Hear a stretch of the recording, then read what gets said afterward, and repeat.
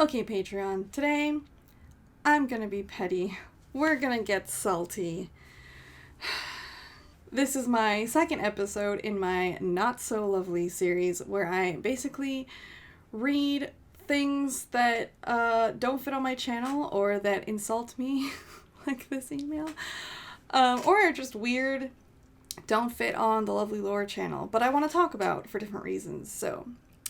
I had a totally different subject planned for this month's video, and then I got this email.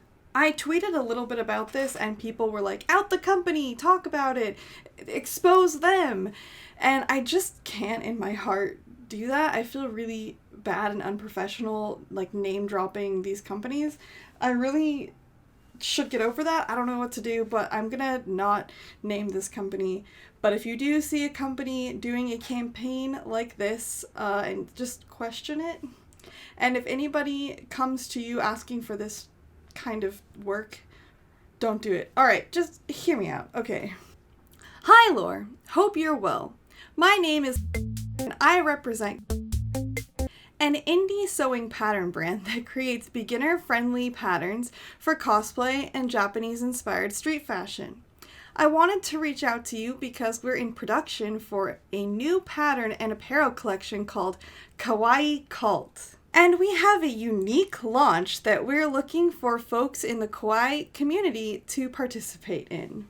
The collection is a 5-pattern release with all of the patterns based around Japanese street fashion subculture. The goal for this launch is to cast various folks in cosplay/J-fashion community as cult leaders for each of these styles. Each cult leader will be primarily representative for the pattern culture at launch and will post a handful of in-character photos, videos, stories repping their subculture and trying to convince their followers to join them by supporting the pattern merch for their subculture.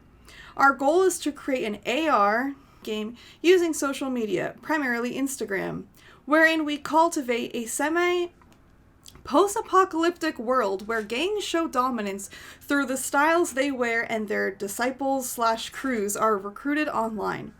As such, we'd like to have a contest at launch where we keep a running tally of which leader has control over this fictional world based on which style in the collection has the most sales.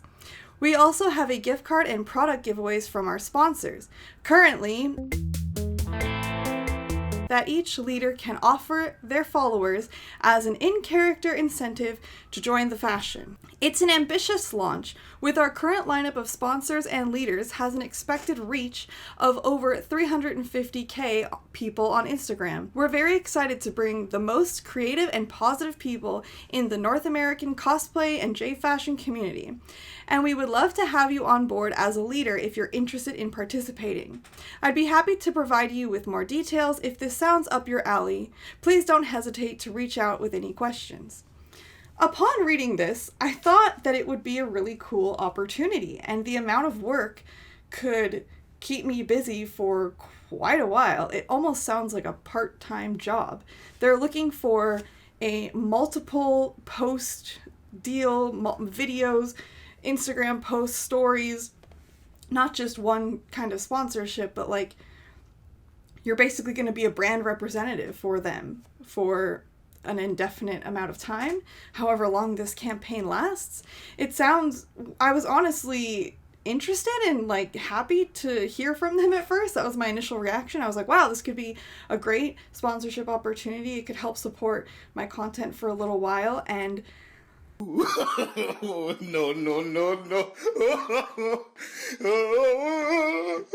it might be an interesting way to support Lolita fashion and to share Lolita fashion with people. But the amount of work would definitely need to be compensated. This is, when it comes to making posts and you have to come up with the idea, you have to execute it, you have to post it and share it. Videos, you've got to write a plan, you've got to conceptualize a video, come up with an idea, write everything down, prep it. That's like a few days in itself. That's hours and hours of work. Then you have to record it, which is probably a day as well. Set up, actually record the content. Then you have to edit things, and for me, editing is where I take the most amount of time because I love editing and it's my passion, and that's where I create a lot of my stories. I spend, like, on a small video that doesn't require a lot, like 10 hours, but then a longer video or one that has more editing or is more complex, I can spend like 40 to 60 hours. I am very grateful for your support here on Patreon. I don't think I need to super explain how much work content creation is. I think if you're here, you understand that. And I just wanted to take a moment to say thank you because I deal with this sort of thing daily. People underestimating how much work this is, and it can be really discouraging, and having all of you here really helps me out, and I'm so grateful. So, I was initially thinking, oh, this could be a really cool opportunity. So I replied back, and I basically asked a little bit more about what it was that they expected from me. Like, how many, normally when I'm talking to sponsors or making brand deals, you know, I want to know exactly what I'm responsible for. I want to know how many posts, like what kind of video, how long does it need to be, what do I need to include. The way that they had expressed it wasn't super clear. It just sounded like a lot, so I wanted like a breakdown of what I was responsible for. And then I also asked what kind of compensation would be offered. I did think it was weird that they mentioned this 350,000 person reach, but they didn't mention any kind of compensation for all of the work.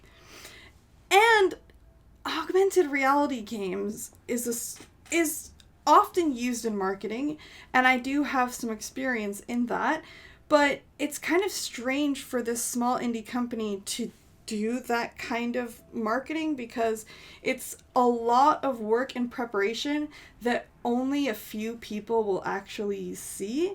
I didn't really understand the purpose in doing an AR game for sewing patterns. I also asked them a little bit more about the specific subcultures that they were going to include because I was concerned that they kept mentioning cosplay first and then J-fashion, and they didn't really talk about Lolita specifically, which is kind of what I do. I mean, my channel does dive into other fashions and substyles, but it's primarily Lolita, I would say.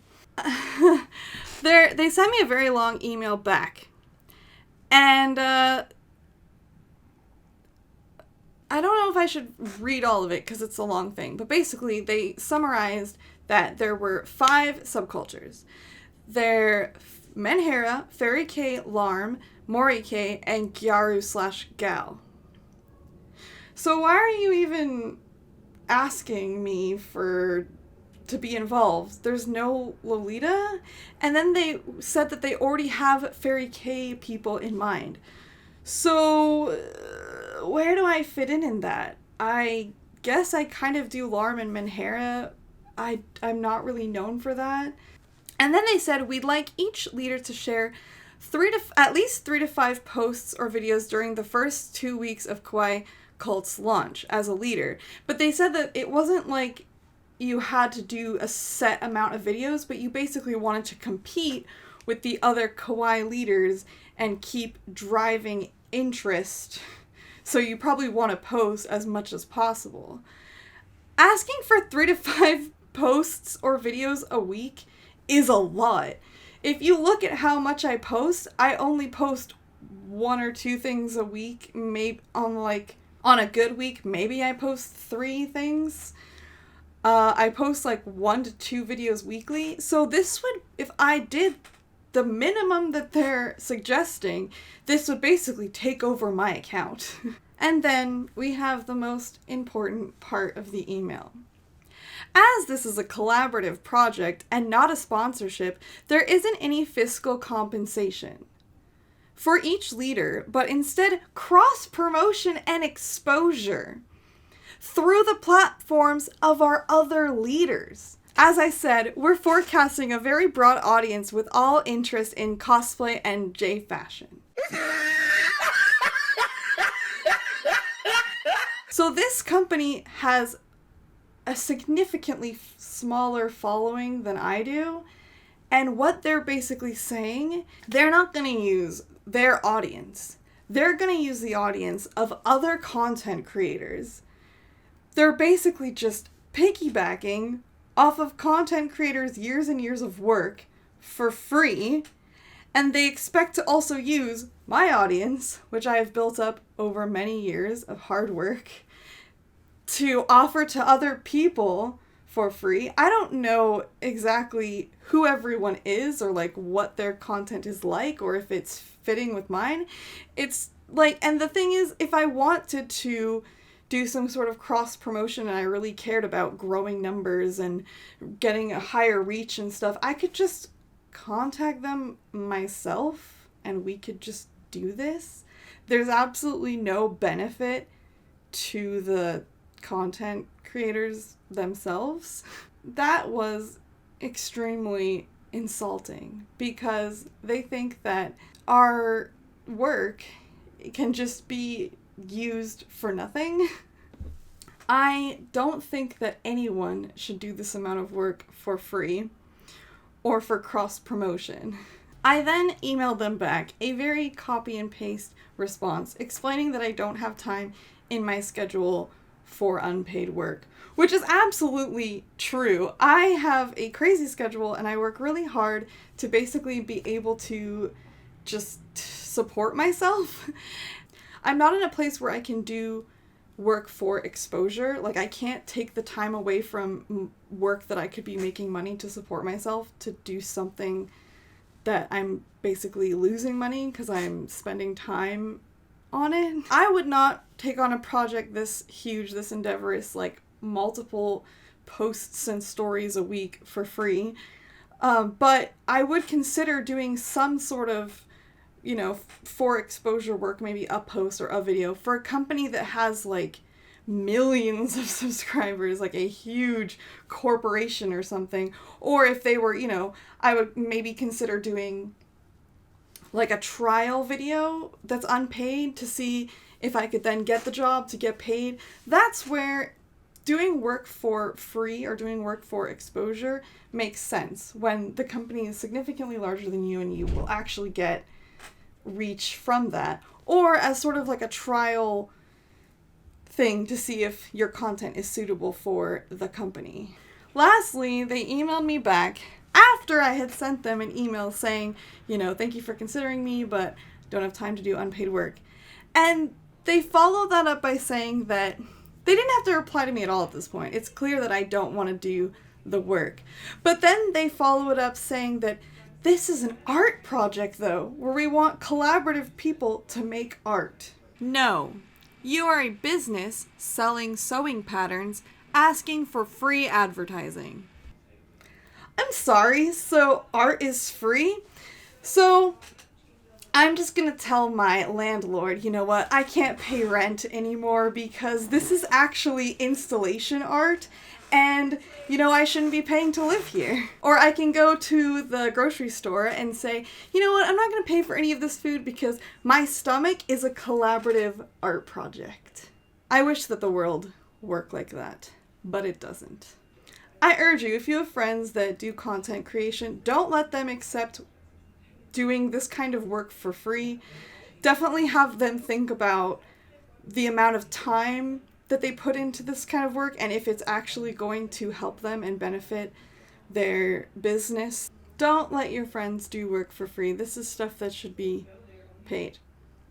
And companies need to remember the value of people's time and work.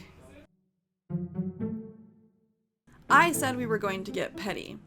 Separate from this campaign, this company does have a Gothic Lolita pattern.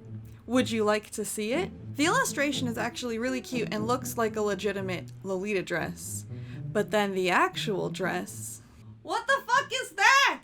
Why is the lace like that? Why is the shape so harsh? It's almost stiff. The silhouette doesn't look Lolita at all. What is this?